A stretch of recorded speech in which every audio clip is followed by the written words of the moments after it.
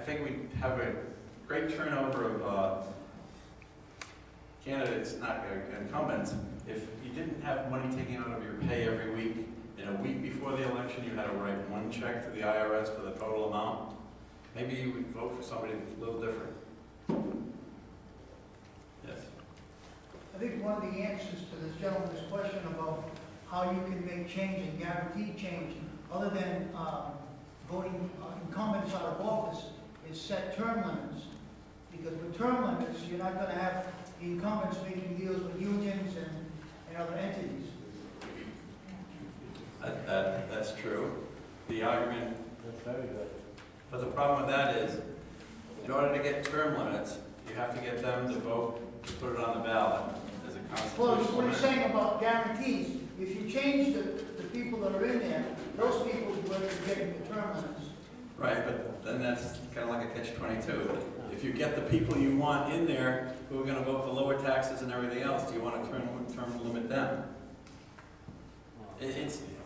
We have term limits. It's called a ballot box. Amen. We just have to get out and vote against these people. The unions are motivated to do it. We have to get motivated to But do it. one thing that you said, the unions pump in a lot of money into campaigns. Like you said earlier, it's an auction. So money determines an election. So you can get out the vote, but if you don't get enough people out to get the vote, that's why if you have a term limit, those people don't have a chance to raise the money to continue their quest. Well, Scott Brown in Massachusetts gives me a little bit of optimism. I mean, nobody ever even heard of Scott Brown 2 months before the election. And just there was a groundswell of support. And it's the majority's government just doesn't listen to the majority. The majority's not silent, government's deaf. So basically you just have to get everybody involved, get everybody you know to the polls, talk about it, everything. Talk politics at work, even if people don't like it. Talk. If you talk to them long enough, maybe you can convince them. I think everybody whoever went into elective office always went in with the idea of doing the right things. But then when they get hooked up with unions and the money starts coming in, that's when the spectrum changes. I disagree. I don't think they're all purely motivated by that. I mean, in Rhode Island, lawyers ran for the General Assembly because that was their ticket to get appointed to a judgeship. I mean, people go into it, they're not the pure motives that you're with lower taxes and lower spending. We need to move the meeting along. I want to thank Dave very much for this tremendous.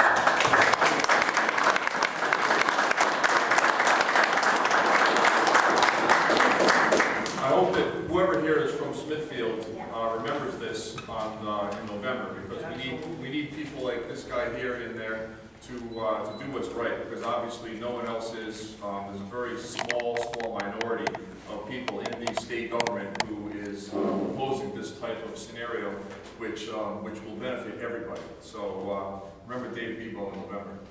And towards that end, he said very important things, and that is that we need people to A, run for office, and B, get out the vote for the right people that we want in office.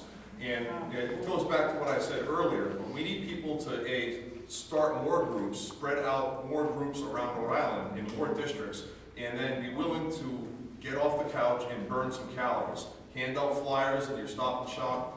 Talk about the topics at work and in the bars and in general. And also go to your town meetings. Who here has gone to a town budget meeting within the last 10 years? Oh, okay, so maybe a quarter of it. I think that each village, each town should have a group of you guys who make sure that somebody or several of you go to every important meeting. I don't know what my schedule is for Pawtucket, and I'm sure many of you don't know what your schedules are, but we should make it a project. If everyone knew, and some people went and talked about it and made yourselves known, they wouldn't do the things that they do when they know you're sitting at home watching TV. In order to start Tea Party groups, it takes nothing more than getting a meeting room, handing out some flyers to make sure people show up to your group, and then picking some goals and working towards those goals. And also, it's important that we don't split the vote. He made the point that if it's a three-way vote, let's pretend you've got a Libertarian, a Republican, and a Democrat. Guess what's going to happen? Right? The Democrat's going to get back in, and he's going to be well funded by the unions who are already supporting him. Right? They've got thousands of guys. They're a minority in Rhode Island, but they're a majority of the people who actually fund these elections. And so anyway, so what towns do we have here? How many people here are from Cumberland? How many people here are from Smithfield? What about Lincoln? What about Woonsocket? All right, well, we need to start a group in each one of these towns. We're going to start a group in Woonsocket. We're going to start a group in Lincoln. We already got a group going here in Cumberland. And we also have kind of a regional group we call the Blackstone Valley Tea Party, which Maybe one in Central Falls too? started at Central Falls How as many well. Central Falls? How about Pawtucket? Anyone from Pawtucket? How about North Providence? Yes, we want to start a group in North Providence, Central Falls. We want to start a group in every town, especially the dense towns, because that's where the most votes come from. If you look at those district maps I showed you, you know, Providence is just a solid gray mass because there's 20 districts in Providence alone, and they're too small to show on that little map. But Pawtucket's important, CF is important, Woonsocket, and as well as Lincoln, Cumberland, Smithfield. And if you know, don't wait for anybody. If you guys want help starting a group, go on RhodeIslandTeaParty.com, RITeaParty.com, and email them and say you want to start a group, or email us. We've all got your emails, hopefully. Sign up if you don't. And email us and say, I want to start a group, how do I do it? I have a starter kit that I wrote to show you how to start a Tea Party group, and we'll show up. We'll put out an APB for everyone here to go to the Lincoln meeting, the Woonsocket meeting, the CF meeting, and get it off the ground, and then do it again and again and again in each village. We only have 6 months in November, 6 months to get up and get it done.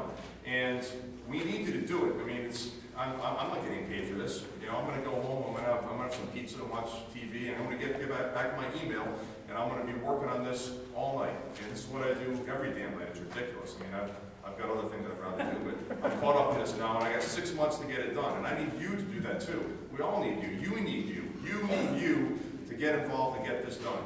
And to start groups, to go to your town meetings, and to vote them out or vote in or run for office, even more importantly. Well, yes, ma'am.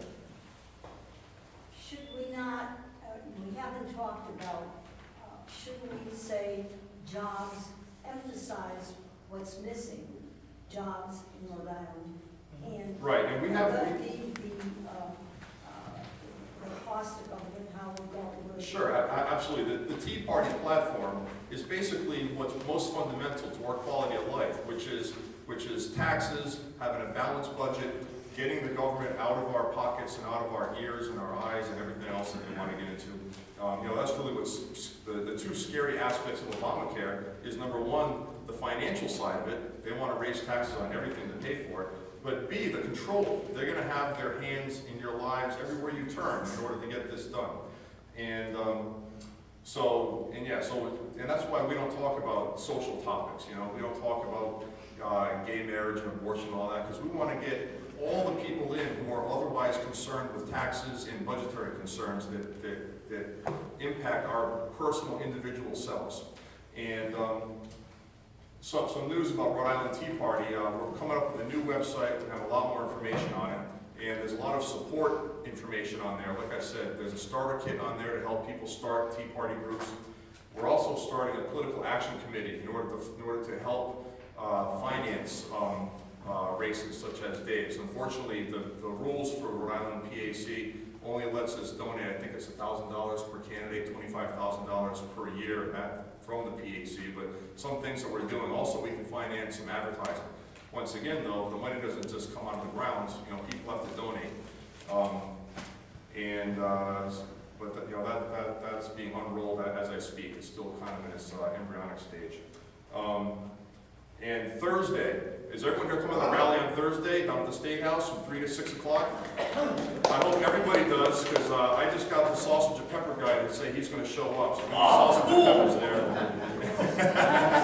Hey, I'm a chef. I like the food part. Yeah, doughboys and all that good stuff. So it's going to be a lot of fun this year. And the way I'm looking at the Tax Day Tea Party rally every year is being kind of a minor 4th of July. You know, we got a big 4th of July, maybe now we'll also